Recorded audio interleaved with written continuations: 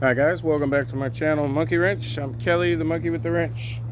Today we're working on a Stihl FS56RC, RLRC. Customer messaged me and his response was, the Weedeater is bogging down. Still, I think. Meaning he had been here before. I had him in my phone.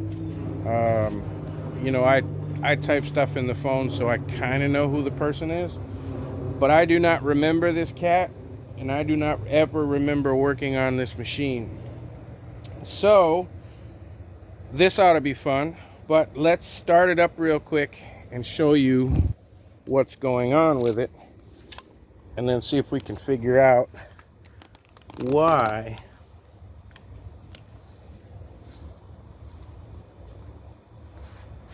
he didn't say it had problems starting, he just said it was bogging down.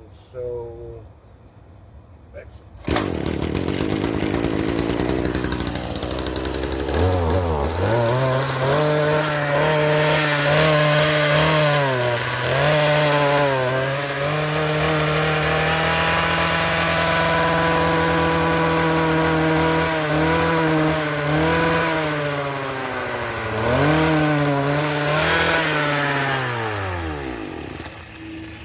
well, first thing, it sounds like crap. I won't lie, I started it before I started the video. It took 5 or 6 pulls on choke. And what I noticed was when I hit the throttle, the head was not spinning. I mean, it barely spun. When you hit the throttle on that thing, that head should start spinning like wildfire. Even if it's bogging down like that, the head should be spinning. So that's not happening. That could be just because it's not getting any power. But first thing I'm going to do is pop off the cover, look at the adjustments on there. I'm probably going to end up having to pull the spark arrestor. It could be covered in oil and carbon, causing this thing to not run correctly. So let me get you set up. Alright, the first thing I'm going to do is just take this air filter cover off. It's just a star drive. And holy,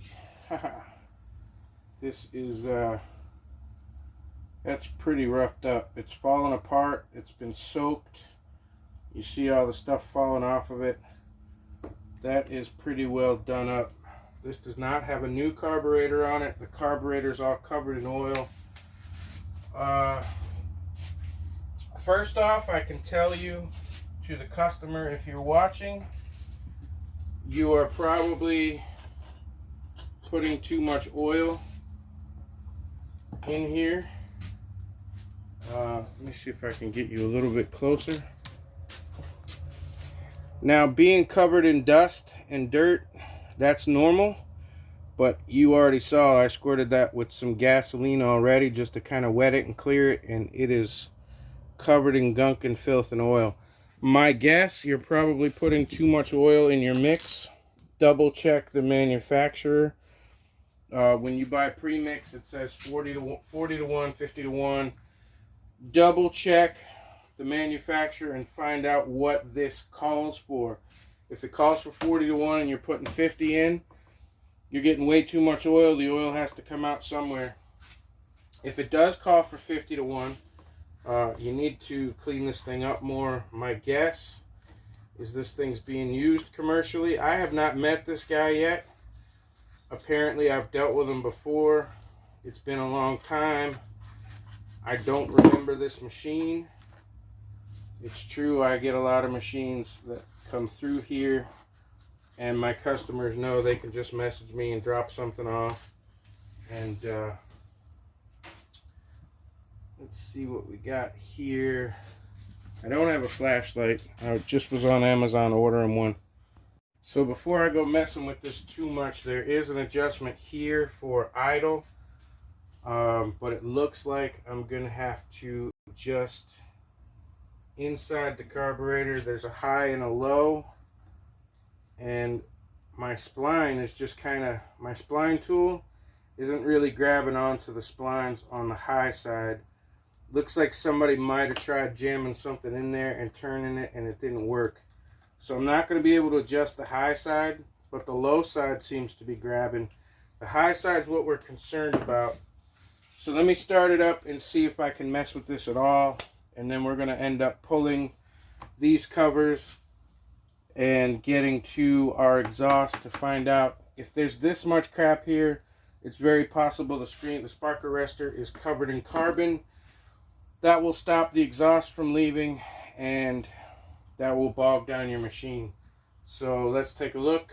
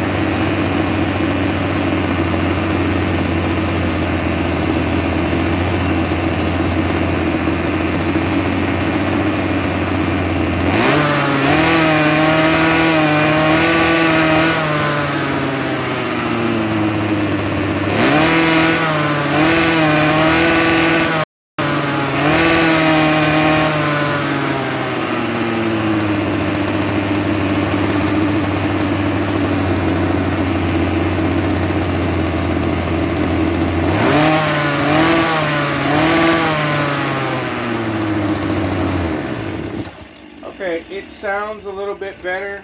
It's not bogging so much, but we're not getting any power out of the head. I'm going to pull these plastics and see if we can get to that spark arrestor.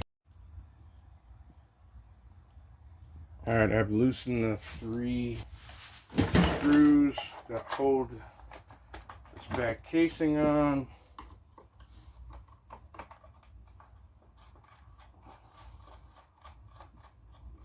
There's just 3, 1, 2, 3, and this whole thing should come off. Don't lose your screws. D'Artagnan, don't lose your head. There's 2, and number 3 still in there. Now this whole thing is just as full of crap and garbage and oil and dirt. This thing has not been serviced in a long time. I don't know if I touched this machine, but clearly I did not have to take anything apart for anything I might have done to it. And I honestly do not remember this machine at all. I don't get a whole lot of still that comes through. So, you know, anyway, here's your muffler, and I'm trying to see if I can get to the outside screw there, which looks like a flathead, and see if I can pull that screen arrestor out to clean it. I know the lighting sucks in here. I'm not making a whole lot of money on YouTube, and I just don't have the money to set up proper lighting. Hopefully when I move I will. Now my fingers are all covered in oil. It seems to me either it's being used a ton, a lot of hours, or that there's too much oil being put in this thing. Well, it's not as bad as I thought it would be. I can see through it. You can see all the black carbon that's around it, but that's not our issue. I mean, it is. Again, I don't remember pulling this thing apart and cleaning it. But as long as the air can get through the screen, it's not horrible. Now I'm going to clean that up before I put it back in. But I'm going to start it without it. Sometimes things can surprise you. And just see if it's... shoot. Let me put this back on real quick. sometimes things can surprise you. I doubt it will run any better now that it's been taken off, but it won't hurt anything for me to take a minute and put it back together. And then I'll have to clean that screen, take this back off with these 3 screws. Come on. And then put it back together again. So I'm just going to put in 2 for the moment, because we're just going to start it, and it seems to want to start on the first pull. So let's just go ahead and start it.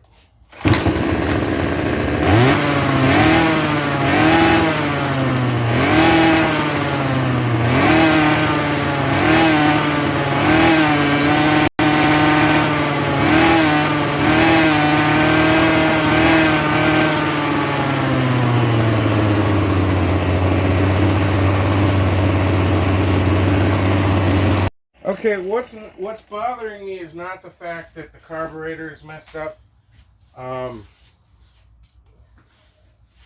These are not exactly carburetors that you clean. If it's running well, it should be all right. It's idling well. Now it's even revving up well. There's no real bogging going on. It definitely was not our screen arrestor, which I will clean and put back. But what bothers me is that that head is not spinning at high RPMs. It could be that it's just worn out. You know, they're not the strongest of things and the best of times. They do wear out. But I am getting more than enough RPMs out of this carburetor that clutch should be engaging and that thing should be spinning like all hell.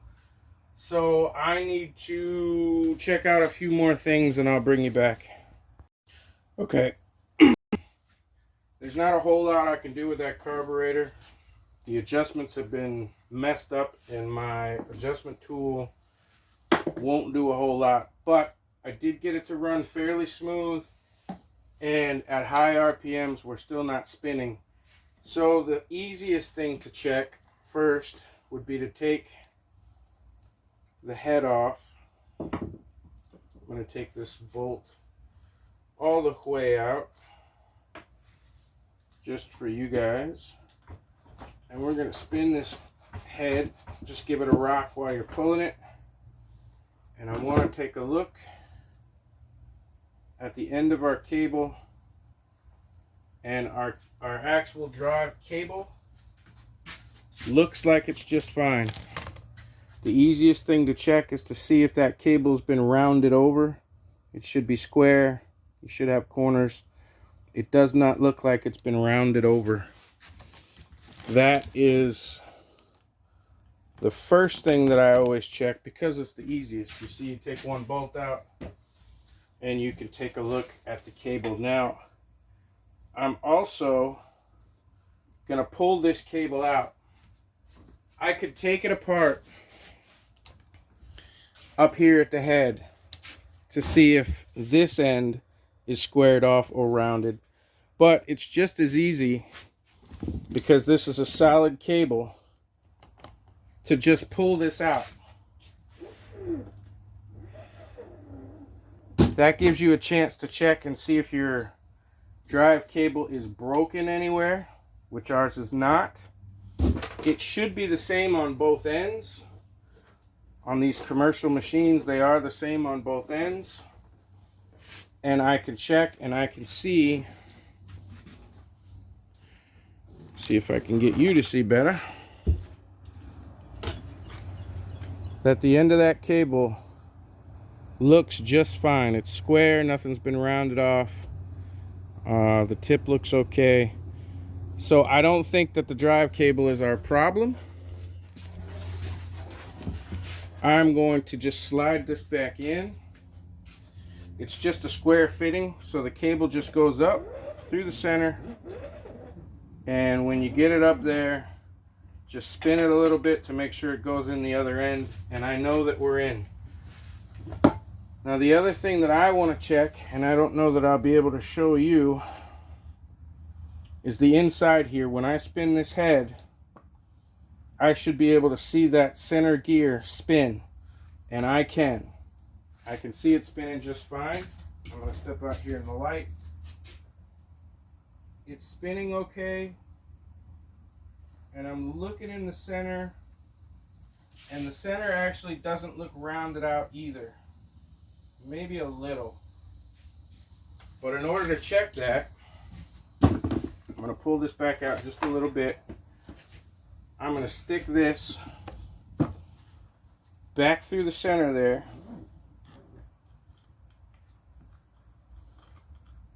If I can find the hole. Come on, dude. Find the hole. I'm going to stick this back where it belongs in the center.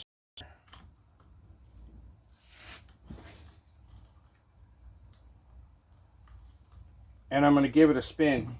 And the point of that is, let me just take it out. This thing's all greasy. Now I'll put a little bit of oil or grease back on it before I put it back together completely.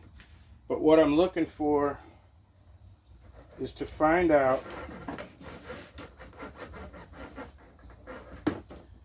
if this thing is mating correctly. Even though when I spin this, that's spinning in there. What I want to know is when this cable is up where it's supposed to be and going inside of that head, I should be able to spin that cable with my fingers and make that head spin. So give me a second, I'm at a bad angle. Alright, it took me a minute to get it in there and find my space, and then a train came by with its whistle. But once you fit it in there and you spin that with your fingers, which is the same thing the motor does, you should be able to see that head spin. Now if I put that against something pressure-wise and I try to force that, it's not slipping in any way. So that tells me that the head is just fine. So there's really only one thing left that it could be, and that would be the clutch at the top of the machine. Which means the motor has to come off to get to the clutch, and I'll show you how to check that. Let's fit this back in here. It's not going in the right spot. Let me fit it back in the way it's supposed to. Put the head back on, and we're going to pull it in. Okay, now all I've done, you saw everything that I did. I took this gear off. I tested it by putting our drive cable all the way through and spinning it by hand. It had plenty of resistance. In fact, I couldn't spin it without this moving. So all I did was put it back together, and let me show you why. I just want to make sure that we're tight, that we're up where we're supposed to. Because this head is only held on by one screw, what happens sometimes is that it will loosen itself up with the vibration, and if this head moves forward at all, the drive cable could come either out of the clutch or out of the head. So before I bother to take the top portion, or to take the motor off, basically, which is the whole end here, I put it back together, and I'm going to test it, and I'm going to see if that took care of the problem. It could have just been loose. So let's find out before we go any further if this thing's going to spin now. Now I'm all backwards, I'm right-handed, so give me a second.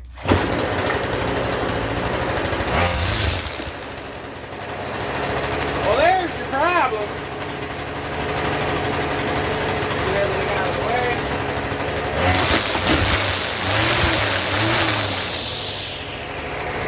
There's your problem. Oh, let me shut this off. Now, that's why I don't like to take the motor off first. I always take the head off first, because you can check 3 out of 4 things. You can check both ends of your drive cable, and you can check your head without any more than 5 or 10 minutes of your time. And that's exactly what happened on this machine, is that over time, this screw might have gotten loose, and the vibration and the spinning just pushed that head just a little bit far enough forward that it came out of our gear drive. So I spoke to the customer, and he says, yes, I worked on this, but I'll tell you, I don't have any videos on my channel. I do not remember this machine, and I definitely do not remember a head being loose or giving it any kind of issues. But he might have taken it to someone else, you know, dealt with me on certain things, taken it somewhere else. Who knows?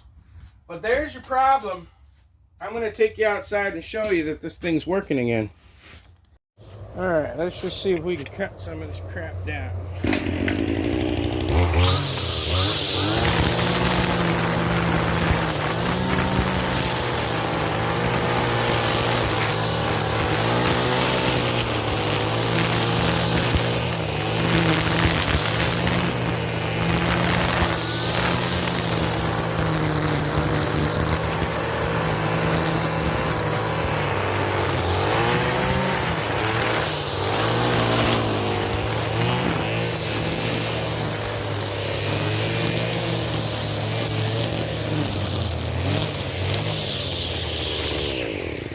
Alright, well that was our issue on this Stihl FS56RC.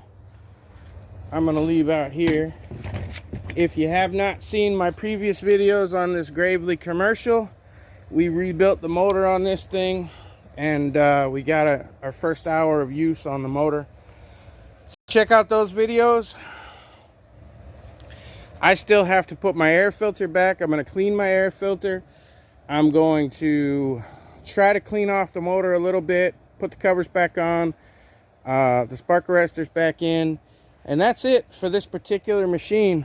So hopefully, if you find that your head is not working correctly, don't freak out. It works the same on any kind of machine that you have.